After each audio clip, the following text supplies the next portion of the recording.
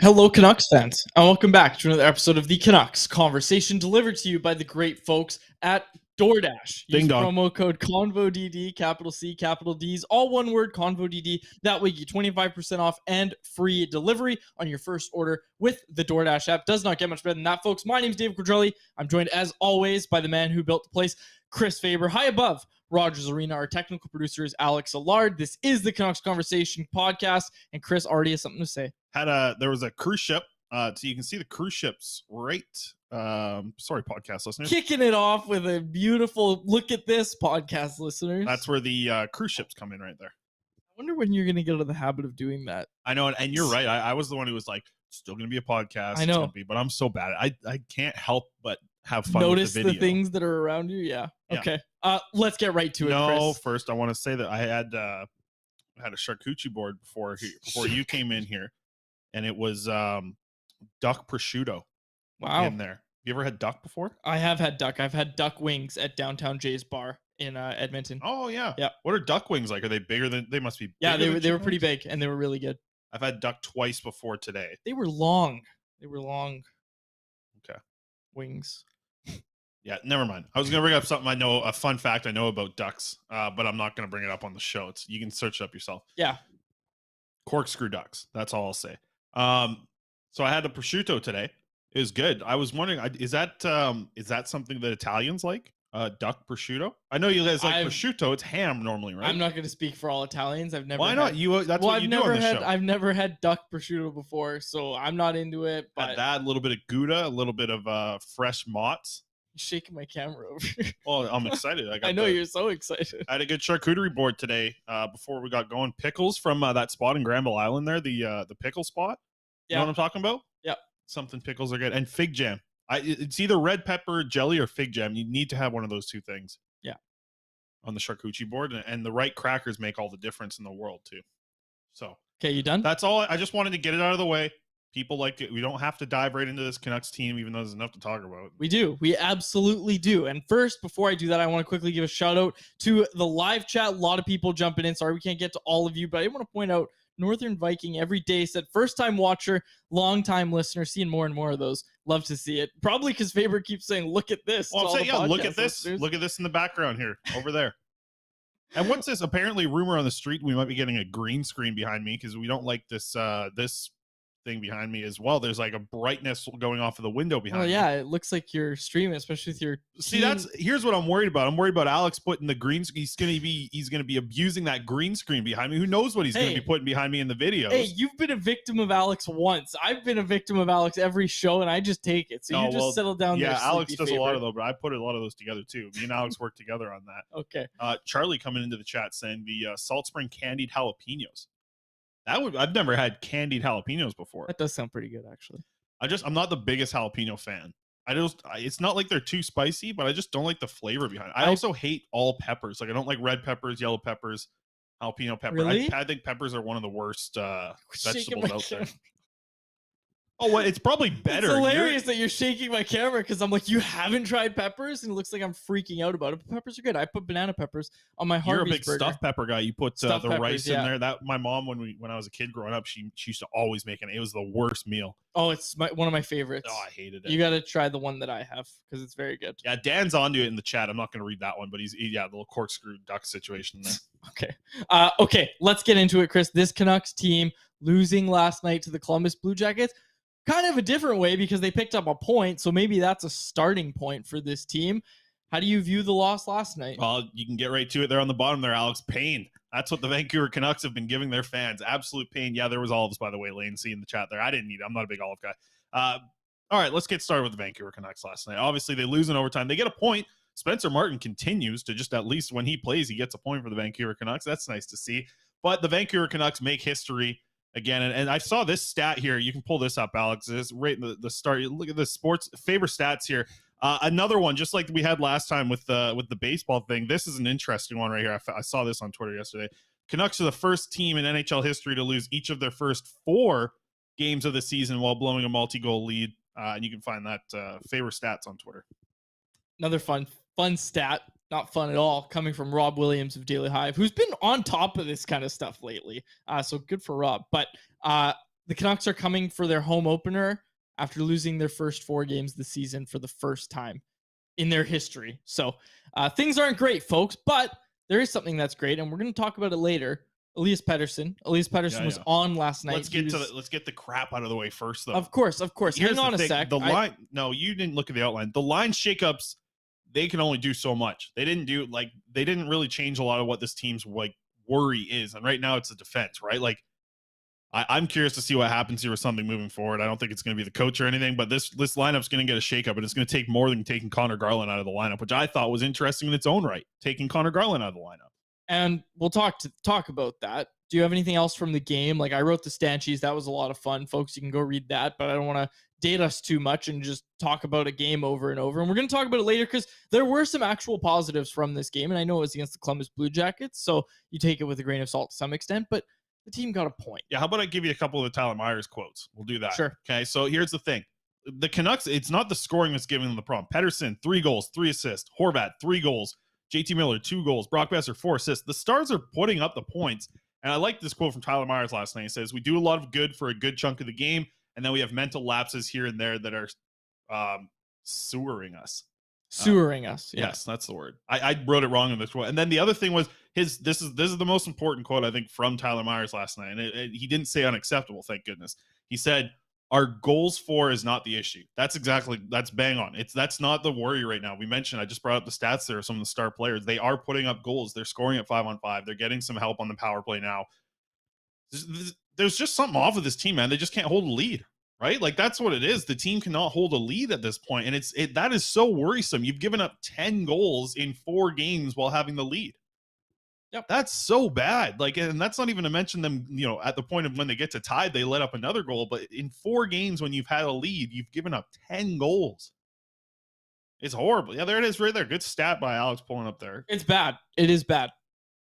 There's no other way to put it. Like, Right. You can't put lipstick on a pig and say, well, this is fine. It's not fine. It's not good.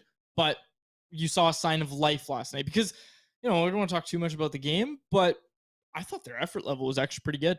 Like, aside from a few guys, looking at JT Miller, like I am really looking at JT Miller after that game with the effort level. And I think Bo Horvat's effort level was great in that game. And not just because he put up goals. Like I put it in the Stanchies. I clipped a few of his back checks, that he immediately turned the other way into scoring opportunities for himself, right? And like you've got to have that if you're an NHL captain, right? Like you have to have that compete level. And it's such a cliche, but you see it. Like you see it on the ice. And there was that sequence, I think Jason Bruff from 650 was the one that tweeted it, where JT Miller just looked like he did not want to pick up the man that was going. And again, that play in particular, I don't want to try and get into a breakdown here, but Andrei Kuzmenko also missed his assignment on that play, and Miller just didn't really have the awareness to cover for Kuzmenko, I guess. But you hate to see stuff like that. And it's just, there were a few instances last night where Miller's kind of puck watching, swinging his stick instead of moving his feet, and you were just like move, get going here. Like what are we waiting for here? And again, you saw a lot of criticism for JT Miller last night, and I don't want this to become a thing where, look, Bo had a bad couple first games, right? And we were criticizing Bo, and the fans were criticizing Bo. I don't want this to become a thing where we just come out and say he had a bad game. Where's the effort? All this. But JT Miller, there's been legitimate question marks. He scored. He scored 2 goals, but you're a leader on this team, and you got to lead by example, right? And look, I know he hasn't been out to get for all the goals against anymore. Like he's kind of squashed that stat after being out for the first 8, but you still need to have that effort level. And last night, JT Miller didn't have it. I'm not saying that's why the Canucks lost. It's something to talk about, and it's something that you notice that you're like, hey, they haven't won a game yet. This is a contributing factor. I mean, yeah, that's the player you gave all the money to in the offseason, right? And yeah, there's been a couple points here and there that have, helped obviously the Vancouver Canucks, but that's not the problem. The thing that's hurting the Canucks right now is those leads, and you mentioned it. Listen, you've been hard on Bo all season long. I've kind of let him slide at this point, but I think Horvat that was his best game last night. You know what? And it really reflected with, I tell you, this dog formula, man. That was Bo Horvat's best game by far. according to the dog formula. And it wasn't just because of the goal. There it is right there. Just because of the goals. Like the dog formula doesn't even take account into goals. Doesn't really it doesn't have a big piece for goals. Like it's actually measuring just how the player is playing if they have that dog in them. And yesterday Horvat did. Like I thought it was his best game. Even taking the 2 goals aside, I thought it was his best game. He gets obviously the goal shorthanded, which was huge to start for the Vancouver Canucks. But man, like this confidence from the fan base in the Vancouver Canucks blowing a 2-point lead is like the most confident I've ever seen the Canucks fan base in something for the Vancouver Canucks in the last like 5 years. Like this, the Canucks blowing a lead. Everybody in the fan base knew it. How many tweets did you see as the seconds ticked away in the second period of everyone like, oh, here we go. You didn't right? mean like, confidence in the team. You meant confidence that the team would blow the lead. Exactly. Like everybody kind of just saying, everyone is very confident talking about that right now. We are going to talk about the room in here just a little bit. But before we do, let's hit on a positive, man. Like Tyler Myers. Sorry, I didn't read the outline. I don't know if you have Tyler Myers written in there. You probably don't, but Tyler Myers. I need to talk about Tyler Myers. I brought up the stats. We got 2 positives, and you go off on Myers, and then touch on Pettersson after, because I know you wanted to get to him as well. Let's chat a little Pettersson, because I like what I'm seeing. But start with your boy back in the lineup. Flew on commercial. His knees were all banged up in the seat in front of him. Poor guy. He's sitting in there. He's tight little airplane down there. Is that true? Did he actually fly commercial? Yeah. Really? I didn't know that. Yeah. I hope they put him in business class. Well, yeah, I hope so. Well, I'll tell you what, when I was flying back from Montreal, they had Elias Pettersson, the defenseman, and Jonathan Lekarmaki. They were in business class. So nice. If they're putting those 2 prospects there, they better be putting Myers. They're putting Myers. Put Myers in the cockpit. Okay. Let him drive the plane. Yeah, call in a couple favors. Get his confidence up. Let him land when you bring the kid up and they get the pin, like that's Tyler Myers up there. He's got a pin. He shows up to the game. Maybe that's why he played so well last night, because he did play well in his return to the lineup. Tyler Myers was a huge part of this Canucks team last night. And again, we kind of expected that, right? Like we've been talking about it. We said, yeah, it's great. Kyle Burroughs is, was the Canucks' best defenseman when Pullman and Myers were both out. But again, I'm not saying Pullman, broke the doors off last night or anything like that, but Myers was good. He did exactly what we thought he would do, and that's come in, take up a bunch of minutes, right? And do well in those minutes. And I was impressed with Tyler Myers, and I was not surprised at all to see him, provide some more stability. And how crazy is that to say? The Chaos Giraffe, the guy who we love, everybody loves to hate, but we love him because he's so chaotic, comes in and brings some stability to that Vancouver blue line. Yeah, I thought he did. I thought he played well. I was quickly before we get out of that too much though. And Tyler Myers, by the way, 22 minutes last night. Definitely played a lot, played important minutes. It was nice to kind of see how the defense core should start to look for minutes. Like I think it was boosted a little bit for Quinn Hughes, who played pretty much all of overtime. He played 27 minutes in that game, but it looked good. Like I feel like 2.5 minutes of that was in overtime. But you start to see it was like Quinn Hughes eating up a lot of minutes, OEL eating up a lot of minutes, Tyler Myers eating up a lot of minutes. I did find it interesting though, and I think you could even hear Boudreau talk about it in the post game that like I don't know, I forget the exact quote, but he say he felt bad taking out Kyle Burroughs. It was something along those lines of tough to take him out or something along those lines, because it was like Kyle Burroughs scored a goal. He's been the dog throughout the first 3 games of the season.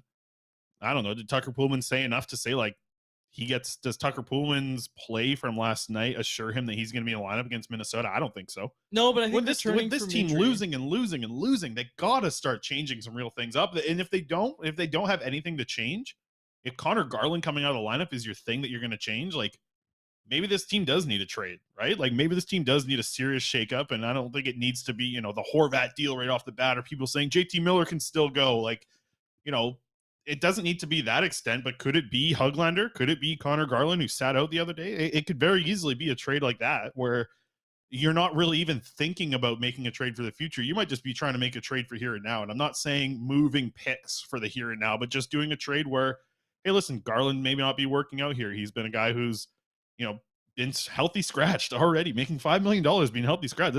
I'm surprised how this hasn't been like all over social media as much as it was. Like it felt like there was a little buzz when we found out that Garland wasn't going to be in the lineup, but nobody's really talking about it today. Like, to me, that's pretty wild that Connor Garland, who's making $5 million, and I thought has been pretty good. I know you don't like him. You didn't like him in preseason, but I think he's been fine. Like, he scored a goal. He's been a guy who's contributing at 5-on-5. He hasn't been on the ice for a goal against. That's huge. That's huge for a team. That's what their worry is. Yeah, exactly. And he's the guy being scratched. I don't know about that one. No, I think that was the wrong decision. And like, what is Bruce supposed to do? Because look, let's be honest. He said in the postgame last night when he was talking about Garland being the guy that came out, he said, the way we've played, there's a lot of guys that probably should have been taken out, but I decided that Garland was going to be the one to take out. I could name a couple that should come out ahead of him. And especially if you're going to play yeah, Niels Höglander in a fourth line role, you don't have to worry about it, right? Like you can, it can be Niels Almond, it can be Dakota Joshua. I think Curtis Lazar's kind of pushed himself above that level, but you could take out one of those fourth liners now that you're, content with playing Höglander in a fourth line role. Like, it doesn't make sense to me that in an NHL game, Dakota Joshua or Niels Almond is going to make a better impact for your team than Connor Garland. I don't know what world that is. No, I agree with you. I understand roles and all that, but I don't think in the roles that those two guys have been put in, this isn't a knock really on Niels Amon or even Dakota Joshua. I mean, they've been fine, but Connor Garland's probably one of those guys who helps you win a little bit more than those guys do.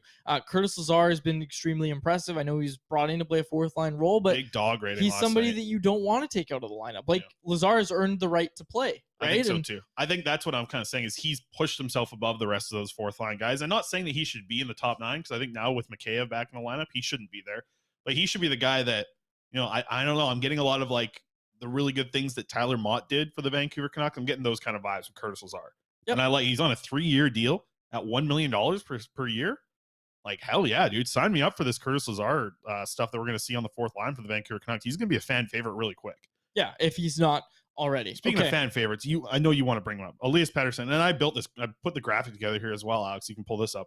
Elias Pettersson, who has been excellent. We mentioned it with 6 points up to this point in the season. Look at that. I built that. I put that together myself. This graphic here that you're seeing on YouTube, all the corners, the little numbers, everything. Built all that myself. Get it going, please. Let's go. So Elias Pettersson, 4 games in, he's got 3 goals, 3 assists. Average ice time just under 20 minutes at 19:51. You think he's also just defensively, he's looking so good too, right? Like this now, I know it's interesting because like the Canucks just paid JT Miller what I would call first line center money, right? Maybe not superstar center money. He's not in the McDavid class or anything like that, but they're paying him $8 million a year after this season. That's first line center money. Elias Pettersson is actually playing like a first line center and bringing a lot to this team, whether it be even like think about the game on Monday, right? The first of the doubleheader, that first period comes out. Did any Canucks show up aside from Elias Pettersson and Kyle Burrows? Not really, right? Like Pettersson was out there trying at least to make things happen, even in a period where no one else was going. And he was on like, a line that didn't really make a lot of sense either. Like I think they need to really start giving this guy the best opportunity to have success because he's the guy that's going. He is right now the player that's going to be driving this team because I always say like Quinn Hughes is the most impactful player on this roster. And I don't think Quinn Hughes has been bad, but he hasn't been like 100% what you see from Quinn Hughes regularly, right? Remember the guy's coming off illness too, right? And the Canucks are asking a lot of him. Yeah, 27 minutes a night. This guy's playing second in the league, only to Drew Doughty for ice time right now. And that's asking a lot, right? For sure. And I just think Pettersson is the guy driving. And that's a good thing about having Pettersson and Hughes. I think on certain occasions, one player can drive the play that night. Right now, it's Pettersson. And I think you got to start giving him, like, listen, we just kind of, like, talked really good about Curtis Lazar, but I don't want to see Curtis Lazar playing on Pettersson's wing, right? I'd like to see Connor Garland there. I'd like to see Garland, a guy who puts up a lot of 5-on-5 points. You've talked about maybe JT Miller. So with that in mind, Nop jumped into the YouTube chat and said, what did you guys think of the Podkolzin, PD, and Höglander line? I'll go first. I thought Elias Pettersson carried that line. I think Podkolzin was good. I think Podkolzin was good. I think Höglander was okay, but they both looked a lot better because they were playing with Elias Pettersson. And okay isn't good enough to play with Elias Pettersson, right? Like, sure, we've talked about it for years. Like, the wingers aren't good enough for Bo Horvat. Whatever. This is your first line center. Yeah, whichever agent you talk to, maybe not. But Pettersson. My point, and I wrote about this in the stat sheets if you would have read it. He was deployed as the first line center last night. The ice times for the Canucks centers, Elias Pettersson was like 2 or 3 minutes ahead of JT Miller, and Horvat was behind him as well. And not only that, it's not just about ice time. You got to look at matchups. He spent over 10 minutes of 5-on-5 time against Johnny Gaudreau's line alone. Like, that's the Columbus top line, and PD was out there for those lines. Yeah, he's playing like a 1C, right? He is. He was deployed like a 1C last night. Well, he's deployed like a 1C. He is. I just don't think his line's put together like a first line. Sure. And I think that's a problem, man. Sure. I think you want to have we seen Brock Besser be on a line with Elias Pettersson this year yet? And I don't think Brock's at 100% either, but those two have chemistry. Brock's been putting up assists. I thought Brock had a solid game last night too. I think Brock has quietly been okay, but he's hurting. Like he is. Yeah, I can't. there's something going I can't on. help but say, like, I can't say his wrist is 100%. I can't tell you he's injured either. But I'm just from watching him play, the shot's not there. It's not popping like it usually is. He looked really good in preseason. Like he Yeah. looked really good. He looked like he was going to be a step ahead. And not preseason games. Literally, we're talking about training camp. He literally just looked like he was going to be really good. Big time. He was coming in really confident. Doesn't look like he's playing with the most confidence right now. No, but I also would think like, hey, send him back with Pettersson. You're going back to Minnesota. Make that the night. Like, put some emotion behind your line combinations as you're making changes here, because this team needs something to shake them up. I think putting Brock Besser back with Elias Pettersson, there's enough emotion there that's going to be something to like spark that line a little bit. And I'd keep Pod Coles in there. I think that's the line I'd like to see tomorrow, because I expect another change. I mean, you can't keep going through this and putting out the same roster and expecting something to change. Bruce Boudreau's already made a couple of different changes to what we see in the lineup. Give me that Pod Colson, Pettersson, Besser line on Thursday. And I know that Brock Besser is not 100%, but I think he's going to play as close to 100% as we've seen all season long if he's playing with his boy Elias Pettersson. Kind of like Garland in that spot too. I can see Garland being there too. I'd be interested to see what happens with Garland getting back into the lineup here. I think it's Amon or Joshua that should come out this time. And I think they should make a change. I don't think we should go into tomorrow's game against Minnesota and see Connor Garland be out of the lineup again. That would be a mistake in my eyes. Yeah. So I expect a change. Speaking of which, let's get to it. We got to talk about it. Look, you've heard it all before, folks. You've heard the reports, the rumors that the Canucks locker room is a country club. You've heard about division in the Canucks locker room, all that. There was a report today on the Daily Faceoff live show from Colby Cohen, Chicago Blackhawks TV analyst. Again, for some reason, people kept messaging me like, what does that old fart know? The guy's 33. I don't know why people were like, what does he know? I don't know why people just assumed that he was he was really old. You old. gave me a good example of this before. I'd love for you to repeat it on the podcast of just like what to take away from this quote. Well, yeah. Because it's interesting, and it's like this led off the Daily Faceoff show, which is a league-wide show, Frank Saravalli, here on our network actually as well. But for some reason, those freaking DFO guys, they get their own damn channel. Okay. They get their own damn channel, the DFO guys. With Alex, what's going on there? Alex on the back Alex's choice. Anyways, let me get to the lead off here. the show was chat about the Vancouver Canucks, and obviously blowing these leads. And I found it interesting here seeing these quotes from Cohen, who, listen, he's with the Blackhawks, but he's got. I think this guy has some connections out east there, right? Like this isn't a guy who just has nothing. This is what Cohen had to say. We'll put the context here. So he said, "I've heard there's a lot of friction in that dressing room between some of the star players and then the rest of the team. It's really cliquey in that dressing room. The way that they're promoting players, particularly on their social media channels, and just everything that I hear coming out of that dressing room, it seems really dysfunctional at the moment." Sorry, how random is it to just pull the social media channels thing? And that was weird. So again, this is what people are now trying to kind of connect the dots here. And we're not going to do that. We're not going to try and, we're not going to speculate about where he got this from. The report is Cohen. You obviously saw people pointing out that, hey, Jason Dickinson didn't like his first year here and he just got traded to Chicago. So I wonder who this guy's talking to. I saw people pointing that out. People saying like, oh, Riley Stillman must have texted him or something like that.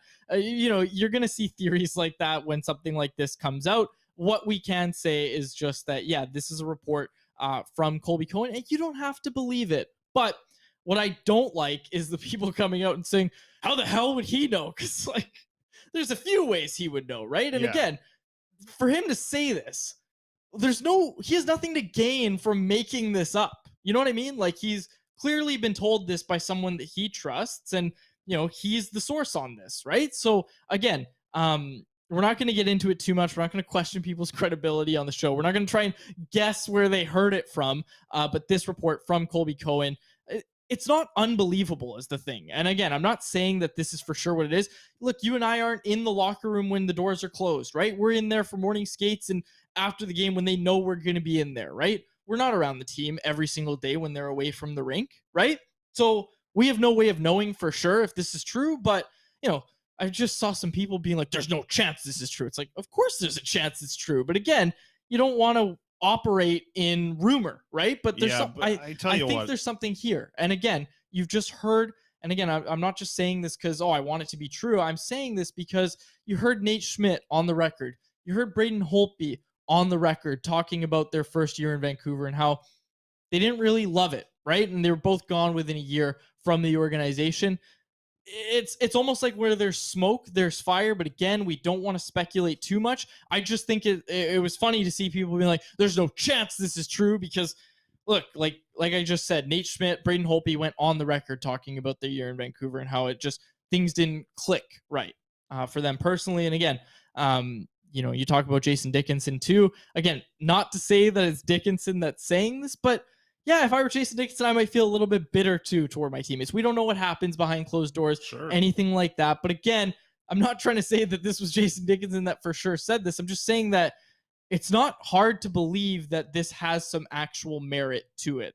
Again, I kind of went over it. Like, what does Colby Cohen have to gain for making this up? And again, the social media thing, like, that's a specific thing he's been told by a player. There's no chance that he's just making that up. Yeah. Well, there's a chance, but I don't think he is. I don't think he's making it up. Vincent's got a good thing in the chat here, and I know Stu likes it as well. I can see. It says this story has been swirling around for at least 2 seasons. Smoke, fire. That's the thing. It's like, it's not like this is the first thing, and we're all like, this is the first thing we've heard about the locker room being something that isn't great. And we're like, oh, and we're like diving into this topic and making it the top story of the day. It's just like, hey, here's another, smoke ring coming out of this locker room or anything. At least talk about the locker room. Like, I think at this point, you hear about the country club quotes that we heard earlier, and like, this organization having new management group and reassessing how everything is and wanting to make some changes. Like, I don't know. I think that at this point, with how many stories we start to heard out, you have to at least bring this up. This is an interesting quote to hear. And it's not something you just gloss over too. It's something that you kind of put in the back of your head and you're like, okay, I'm going to dig on this a little bit and see what we can find. Right. And that's what it's all about. So I quickly wanted to counterpoint. You see Sam's question there. Could they really re-sign a guy who's a bad locker room vibe for 7 years? I don't think it's JT Miller. Nobody is saying it's JT Miller. No, and you know what? I really think that JT Miller, what he can bring to a locker room, has a place on a winning team. Like, this guy is going to give it to you straight. He's going to be vocal, not only when he needs to, but I think a lot of the time. But think about what JT Miller has done, and you hear the way that Vasily Podkolzin talks about him. Yep. Right? Has anybody from, you said we're not in the locker room, but there's certain things you pick up when you're talking to players, whether it be in scrums or, in our press stuff that we did last year. I don't think anybody in this locker room did as much for Vasily Podkolzin as JT Miller. I think Quinn Hughes is probably in the mix as well. I think he was really helpful for Vasily, but you hear the way that those two talk about each other. Like, I think having JT Miller in the locker room, I don't think he's the problem. I think maybe some people have like his type of leadership as a problem, but I don't think it's, I think there is absolutely a place for what JT Miller does in a locker room on a winning team. Yeah. I think, there's a chance it might rub people the wrong way, but that's going to happen at anything. I would like to see that though. Like, listen, this team's 0-4. This team should be getting rubbed the wrong way. Well, sorry, hang on a sec, because JT Miller's not the shining light here. JT Miller has not been helpful in their efforts to get a win, right? You know what? JT Miller needs a JT Miller yelling at him. Sure, maybe. And he even said it's hard for me to come out here and talk when I can't even lead by example right now, right? And if you want to lead by example, you go out and do what Bo Horvat did, and you put in the effort that we saw from Bo Horvat last night. And again, it's one game, and we're 4 games into the season, and I don't want to get too deep into this chat, but it's something to keep an eye on. Alex has got 4 photos up in one. It's something to keep an eye on, and it's something that we should at least be paying attention to going forward. And it's not like we forgot when we've heard rumors and whispers about the Canucks locker room having some sort of issues, right? Like people in the chat are saying, it's been whispered about for 2 years, right? Now we just have an actual report about it. And again, there's different ways that you can connect. I just want to say this name because it's a great name on the comments. Sea Lord of Bravas. It's the way that JT plays defense at center that is a problem. And I know this is something you've been saying, Quads. You want him back on the wing, right? Yep. You want to see this guy be back on the wing because you think that's where he's at his best. And listen, that might be the next move here, right? Because I think they've, Boudreau's tried a couple of different little changes to what the top 9 looks like. We've even seen Huglander come down. We've seen Lazar go in. It might be time to see what Lazar looks like at third line center and just see what you can build. Because from there, like, I think we kind of projected this as we were looking what it looks like without JT Miller as a center. And it's like, hey, you're not feeling horrible like about what Curtis Lazar is going to do defensively. I know you don't think that he's like a third line player who's going to bring a ton of offense, but I don't think you're worried that much because you're surrounding him with probably two pretty good offensive wingers at this point. This team's deep. Absolutely. Absolutely. You want to get to the next? I got a. Well, sorry, I read a funny response. No, into don't. The, chat. I'm not going to get blocked here. I'm not going to get into. Not going to get into the response. It made me laugh. But you're right. Like JT Miller, I've just said watch how Cody rubs his dog's belly. You got to be careful there. Okay, so I've said it before. JT Miller, yeah, on the wing. I've talked about it. And again, when you see an effort like last night at center, the guy's just not great defensively. And it's something he wants to work on, sure. And look, like, I don't think it's unfair to talk about him as a center and, talk about his defensive game when he said, I want to be one of those guys who's one of the most trusted centers. He's not right now. No, not even close. He's the least trusted center. Exactly. Defensively. Literally, and by minutes, too. Out of the top 3 centers on this team, by minutes last night. Got a chat here. RJ, who I assume is Ryan Johnson. Pod Colson, Elias Pettersson, and JT Miller. I'd like it. I'd like it, too. And I know Hassan earlier as well mentioned the Lotto line coming back together. Try something. What's working for you right now? Yep. Nothing. All right, let's get to, I built this graphic here again. You know me, my graphics here, quads. But this is a little segment I want to hear. We've heard some of the ideas. People are coming in the chat, but let's blow it up right now. What are your ideas for something that can help this team? It can be serious, or it can be an answer like Cody would say. Whatever you think is an idea that's going to help this team. And this is our saying, have an idea, make it, then wear it. And did I get this from a diamond company that makes diamonds that you can customize? Maybe. Rings. They make diamond rings. So you can see a lot of Canucks stuff in the background there. Very lucrative, that diamond making business. And a creepy picture of you, which didn't turn out as great as I was hoping. That is really weird. I don't know if you can see that, but those in your eye there, that's Archer Seelovs in both of your pupils. Okay. For people on the YouTube there. So I'm sorry, what are you asking the listeners to do here? If they have an idea, if you were listening, if you have an idea that'll help fix this team. We got a couple ones coming in already. Well, Yash Arya, noted Oilers fan who likes to jump in our chat. We appreciate you, Yash. Jumped in and said Connor Garland. I like the way that Yash comes in here. It's like, is this time to like stir the pot with Canucks fans? Yes, it is. Connor Garland, 2 firsts and a second for Jacob Chychrun. Deal or no deal? I'm going to say no deal because this team cannot be giving up draft picks right now. I'll tell you what, you take that second out of there. Chychrun's got a pretty good contract for the future here. So you're giving up 2 firsts for Jacob Chychrun? Maybe. There. Okay, Alex. That's enough there, Alex. Okay. It's ours, Archer Seelovs, the apple of Quad's eye. I don't know. 2 firsts for Jacob Chychrun? Jacob Chychrun's, I think, is an excellent player. Is it not Chychrun? Am I saying it wrong? I think I'm saying it wrong, but I'm not going to change the way that I'm saying it. Very noble of you. Yeah. I stand by what I said. Okay. So Sterling Wilson jumped in the chat with another idea. Said, my idea, those eyes. Allow less goals than you score. Problem solved. We win the cup. Fair enough. I mean, it's a good start, right? Cody Severson jumped in and said, blue chrome helmets. That will turn the season around 1,000%. I did see Wyatt tweeting out, it's black skate time, man. It's damn right. It's time to pull out the black skate jersey, if anything. They're going to be releasing, by all accounts, they're going to be releasing the reverse retros tomorrow. We've seen what those are going to look like. They're the throwback to the WHA Vancouver Canucks. But what I'm really, really surprised, or not surprised, but what I'm really excited to see, because I've heard whispers about it, and I'll drop it on the podcast. I've heard whispers that the Canucks, remember, folks, last year when the games meant nothing and fans were checking out, right? The final 2 games of the season, they were like, screw it, black skate night. And they made both of those home games black skate nights. I've heard that those 2 nights and the reaction it got to bring the black skate back is something that resonated very well with the organization. And I've heard that there are plans for the black skate this year. I'm not sure. They might have even said that themselves, but I think they have. Oh, okay. Well, the black skate's back. I thought you were getting to like, hey, it's going to be there for the home opener, like we see from. No. Sorry, I wasn't sure if they put it out there. Sterling, by the way, Sterling's in the chat here before the show even started, dropping some of the darkest timelines to the Vancouver Canucks. While he said, "Listen, Pettersson's playing at his peak right now. The Canucks are still losing." Sterling was bang on. Yeah, Sterling said, "What happens if Pettersson's not on?" Oh man, I don't want to know that. But brings up a good point. The black skate jersey automatically increases the dog rating by 10 times, which will be interesting. Like what can you that's the thing that I think you could try. I think if we're being serious here, like let's some ideas that you can actually try for this Canucks team. I think the black skate's a good one. Hey, Jack Rathbone, is it time to see him in the lineup? Why is Jack Rathbone not playing? Can somebody explain this to me? And I don't actually want the explanation because I know what people are going to say. They're going to say, oh, well, he's not the defensive stalwart that Riley Stillman is. Look, keeping the puck, Stillman on that play with Goudreau the other day, just yesterday. I mean, he skated a circle around. Keeping the puck out of your own end and moving the puck up the ice quickly is sometimes the best defense. You don't need to look further than Quinn Hughes to see that, folks. I'm tired of this discourse that Jack Rathbone can't be an option for this team on the third pairing. On the third pairing, 13 right minutes a night. You don't have to play the wheels off them. There you go. Almost said play the doors off them. Play wheels the wheels off them. Play them off.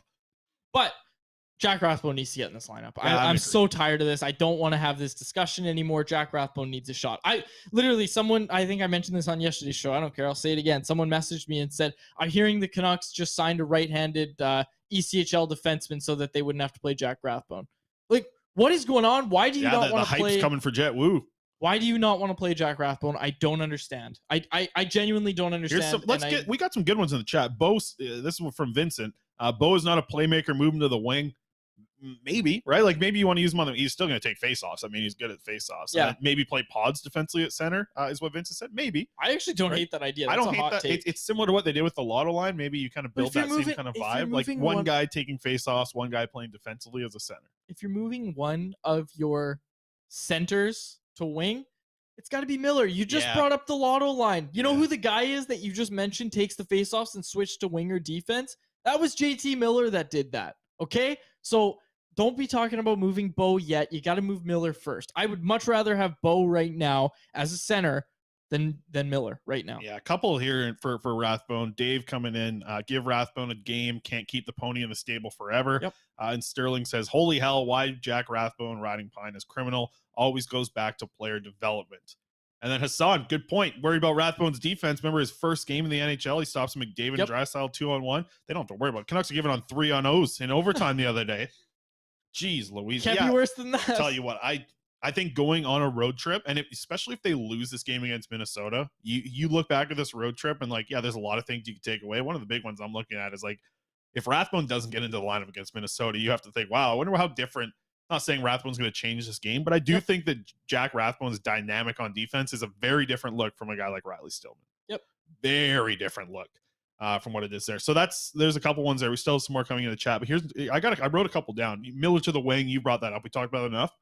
What about Hughes to the right side with OEL? We saw it in preseason. Is that we haven't seen it really in the regular season just yet? Like they tried it out, maybe to see when things weren't going well. Well, guess what? 4 games in, things aren't going well. Do you want to see what maybe OEL Hughes looks like together? Yeah.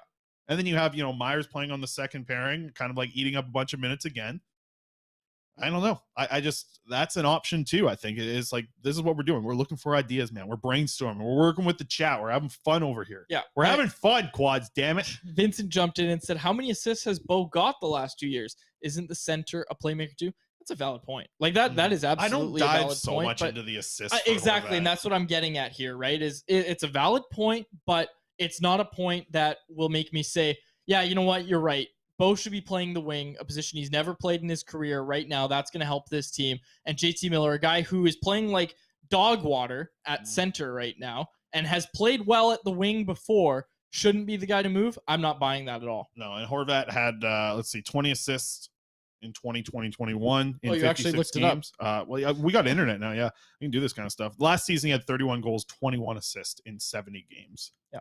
But there's more to it than that. He's going to put up a couple assists here and there. There's more to it than that. Pull up that graphic again, Alex. Whoever built that, they did a really good job there with the ideas. I think this is something we could run. We could run this a few times here throughout the season. The who's got an idea? Yeah, just get people going in the chat. Have an idea, make it, then wear it. Why is Yannick Hansen on that? And John Weisbrod. I just looked at this. Yeah, we got Patrick Alvin, Luke Shen, Elias Pettersson, the dog. John Weisbrod's in there too. Have you extended Tyler Myers' neck in that photo? Or no, that's a real photo. Yeah. Get out. Yeah. That's actually that is photoshopped for sure. Nope. That's not his, no, it's not. That's a legitimate photo. No, that's a lengthened neck. No, I got one of you too. That your neck is very. I've been told I have a long neck. Not in person, but in this one picture I have, it's. I'll put it up with Myers. I'll have it ready for tomorrow's show. We'll have a neck comparable. Why do you think I defend him so much? That's fair enough. Yeah, you guys got to stick together. Got to stick together. John Garrett in there too. John Garrett, yeah. You'll be posting this on the Twitter, I'm sure. Okay, maybe. let's get to our Betway wrap up. No. Okay. No. All right, here we go. Prospects report. Oh, no. We don't have a lot to get to. Don't worry. It's not going to be a big one here. Here's our guy, Aiden McDonough. He was ripping it up. Played last night for Northeastern. Let's have a look at this one. He's in his spot there. He scored 50 goals now in the NCAA. And he scored about 49 of them from this spot on the ice here. I tell you what, this part of McDonough's game, I think that this shot from the right side is going to just be the thing that you're going to see at the NHL level already have success. Like, I'm not worried about this guy coming in and being a power play contributor. He's got a good enough shot from the right side where the one-timer was just electric. It's at an NHL level. Boom. I mean, he's got all that. I'm not worried about that coming in. The foot speed and stuff, maybe. If he even ends up signing with the Vancouver Canucks after this season, that's another thing we'll have to see happen. But I did like McDonough in his game last night. Was kind of just keeping an eye on the second screen and keeping up with it. Another point today from Yanni Yermo, another one of our guys here. He's not quite Phil Johansson level on this show, but you can see he starts to play. This isn't the most beautiful highlight for a prospect, but he quick little pass here, sends in the guy on the offensive zone in the Liga. He goes around the net, passes out front. You got a goal. Take the secondary assist when you can get him. Yanni Yermo gets one there. So nice little boost to his stats for Yanni Yermo at this point. And we did actually have like a decent amount of prospects playing today, by the way. And Yermo, he's looking good. He's got, I think he's up to 8 points now. No, 5 points, something like that. He's Don't on ask pace. me. I don't know. He's on pace to have like double the amount of points he had last year in Liga, which is huge. Left shot defenseman Elias Pettersson played 407 yesterday in an SHL game. That's big for him to get into the SHL action and just be able to play that much. We've obviously seen him play a ton of minutes in the J20 league, but you like to see him get into some action at the SHL level. His last 3 SHL games, which is over the past 10 days here, he's had a minimum of 4 minutes of ice time. So it's nice to see him not be in the spot that like Lucas Forsell is, where he gets in the lineup but doesn't play. He's just a 13th forward. Like Pettersson's playing. And not great news for Jonathan Lekarmaki. I watched the game today. I didn't like watch every second of it because we had some other stuff going on, writing articles and stuff, but I had it up on the second screen here all day. Lekarmaki, I didn't see him on the power play. I saw Noah Oslin in his spot on the power play, and he scored a goal actually, which another recently drafted player in the 2022 draft picked after Lekarmaki, playing in Lekarmaki's spot on the power play. Don't like to see that. So it wasn't a great game for Lekarmaki. Didn't really do much.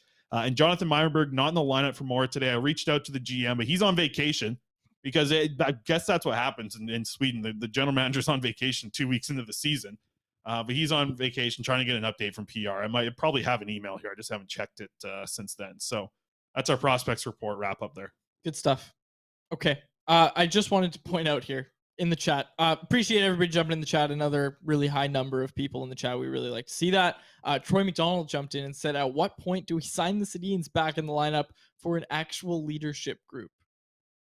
It's a good question. It's a fair question. They're out in Abbotsford. Don't worry about them. They're teaching. They're teaching Abbotsford. Vancouver needs them. Yeah, well, they teach them. They say Colin D'Elia the other night lets in 177 goals in one game, and I say, where are the Sedins for that? Okay, put the Sedins in there. All right. We'll get to the Betway wrap up and then we'll close it out. Do you have a bet for us today, Chris, from Betway? Yeah, I got a good one. Big bonus bet here today. Okay, let's hear it. Bonus bet. Pull it up, Alex. Bonus bet. Betway wrap up. Betway. Aaron Judge or Jordan Alvarez to hit a home run. I mean, come on. Is this the easiest money you've ever seen in your life? 4-1 for one of these two to hit a home run. Well, hang on a sec. Every pitch that goes over the plate, Alvarez crushes into another dimension. And Judge, I think, hit one last night. Yeah. Okay. Now I ask you this: Verlander versus Judge. What do you like there? I don't care. They're gonna swing the bat as hard as they can. Whoever's on the mound, and they might make contact. That's what these two do. Alvarez is. I think he's got one of the sweetest swings in baseball. Just a nice, sweet swing. Reminds me a little bit of Barry Bonds the way he swings the bat, who was the best hitter of all time. Okay. Barry Bonds. Okay. So. Yeah, I'm not going to get into baseball chatter with you. No. But yeah, I mean, Verlander $50 down. Okay, you put your $50 down. Mm-hmm. You're walking out with 200. 200. That's going to get you a bomb bat. You can go get yourself a bomb bat. They're unbreakable, fully lifetime warranty on these bomb bats. Pick them up at what's the baseball store? Pro Stock. You go to Pro Stock, you pick yourself up a bomb bat. You're swinging all next season with a brand new bomb bat just because of this little easy bet here. At least that's the shop I went to in Burnaby. Yeah, no, and you're right. It is Pro Stock, and it's a Betway boost. This is normally I think this is like a 1.68 return, but you go on the Boosts app.